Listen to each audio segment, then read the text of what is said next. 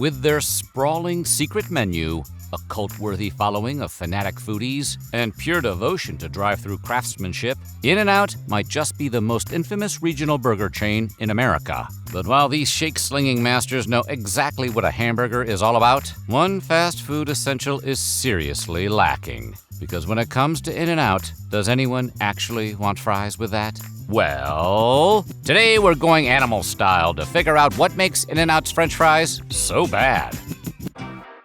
But before we get started, be sure to subscribe to the Weird History Food channel. After that, please leave a comment and let us know what other crappy fast food items you would like to hear about. Now, let's get in line under the big yellow arrow and see if we can taste the quality. The first In-N-Out opened in Los Angeles in 1948 and was owned and operated by a husband and wife team of Harry and Esther Snyder. But while competitors began outright crusades to conquer entire territories, the Snyders refused to stray too far from home. In fact, up until 1990, not a single In-N-Out existed outside of the Los Angeles metro area. Yes, a burger legend from Los Angeles has arrived. For the tourists and day trippers who got a taste of an In-N-Out burger, that exclusivity was maddening. Because when it comes to good old American hamburgers, In-N-Out, with its short menu of double-doubles, cheeseburgers, and hamburgers, takes care of business. And if you dive into their hidden menu, you'll find secret options like the infamous animal style, which means meat patties fried in mustard, ample pickles and sauce, and a heap of chopped and grilled onions. Widely considered among the best, if not the best, fast food burgers on the planet, the Snyders clearly valued the quality of In-N-Out's flagship product over quantity of locations, which is a thing many businesses never ever do.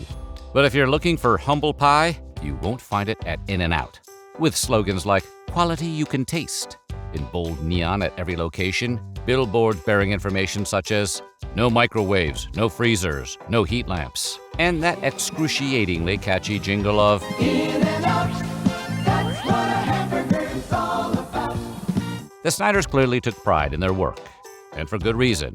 Since In-N-Out's burgers have zero additives or preservatives, this fast food chain is an easy yes for health-conscious comfort eaters. Even Anthony Bourdain, one of the most famous food critics of our time, once considered the In-N-Out burger as his favorite fast food, and even said In-N-Out was the only fast food chain that I actually like and think is reasonably good for the world. And yes, if you're wondering, Bourdain took his burgers animal style. A true gentleman. Other notable chefs such as Gordon Ramsay and David Chang also have shown support for In-N-Out's burgers. And from the additive-free buns and patties to their delectable cheese and crunchy veggies, the In-N-Out hamburger truly reigns supreme among all who have traversed the American Southwest. With a tight selection of stellar milkshakes to boot, you might think In-N-Out could do no wrong.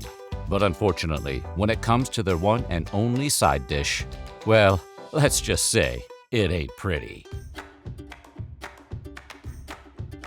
Bland, sickly, crumbly, boring.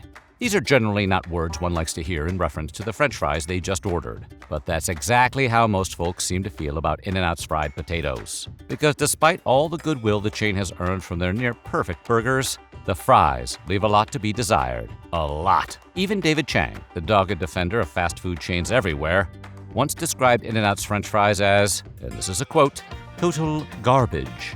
And from expletive-filled tirades to utter confusion, most food critics agree that In-N-Out fries are lacking in, well, everything. Never crispy, near saltless, and completely devoid of flavor. In-N-Out fries are missing all the things that define the fast food French fry. Marketed as a fresh and quality-conscious option by the In-N-Out overlords, their French fries are also devoid of additives. And for what it's worth, there is a freshness to the In-N-Out fries that is hard to match. They also have about 100 milligrams less sodium than your standard fast food fries. These practices do create a healthier fry overall, but it's hard to justify the unpleasant experience when healthy and delicious options like deep sweet potato fries exist. So given the fresh ingredients, you might be wondering how such high-quality foods prepared by the masters of burgers could be so awful.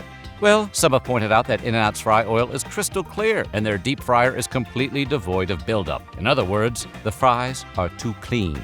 It might sound disgusting, but many believe darker oils, rich with juice and juicy bits, create a tastier French fry. Others claim that by simply using diced potatoes and sunflower seed oil alone, In-N-Out has done little to flavor their fries. But according to renowned Los Angeles chef Kenya Bovee, The answer is more complicated.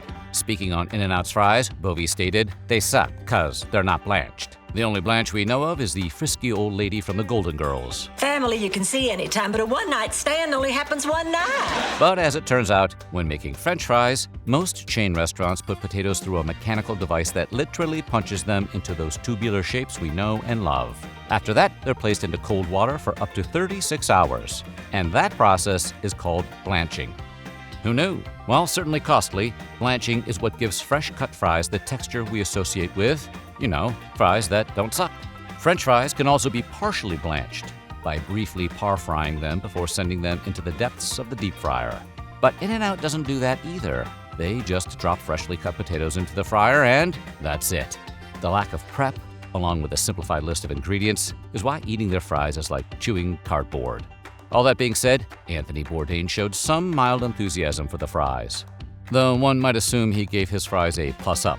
That's right, just like his favorite version of the double-double, Bourdain probably opted for animal style, which is to say ketchup and salt packets won't cut through the boredom, but heaps of cheese and onions might. And that's not the only way consumers have tried to cover up the blandness of In-N-Out fries. A life hack well known to those who live in the In-N-Out territory is to order their fries well done or totally overcooked. The secret menu cult strikes again. But all of this hubbub begs the question, why should anyone have to disguise their fries? Can't they just get them right in the first place like, everywhere else? Whether you're a fan of the simple pleasures of skin-on Wendy's fries or the wild side of a spiced nacho fry from T-Bell, when it comes to fries that don't suck, consumers have plenty of options. Five Guys always stuns with a batch of Cajun fries. And even the blistered goodies of Burger King have their defenders. But when it comes to this particular side, one French fry still rules them all. Yes, those arches aren't the only thing golden at McDonald's. Those slender, perfectly cooked, and alarmingly salty McDonald's fries simply hit the spot. And when you take a look at the difference in design between McDonald's fries and In-N-Out, it becomes all too clear why. Sure, McDonald's fries don't boast the freshness or quality of house-cooked potatoes in simple oil. But old Ronald McDonald still has plenty of tricks up his big clown sleeve. Thanks to the use of 4 distinct potato varieties, Ronald's Franken-fries pack a wallop of texture. And thanks to the ample beef flavoring added to the oil, the potatoes are chock full of taste. Are they less fresh? Sure. Will eating them regularly take years off your life? Almost certainly. But are they still as addictive as heroin? Most people seem to think so. Of course, it's worth noting that unhealthy doesn't always equal good tasting. In fact, some of the most unhealthy fast food fries are borderline inedible. Just ask the floppy, salt-ridden nightmares offered by Dairy Queen or the crinkle-cut abominations of White Castle. They're the reason so many consumers say In-N-Out isn't even close to the worst fries in the world. That being said, at least our fries aren't as bad as Dairy Queen's isn't the catchiest advertising slogan.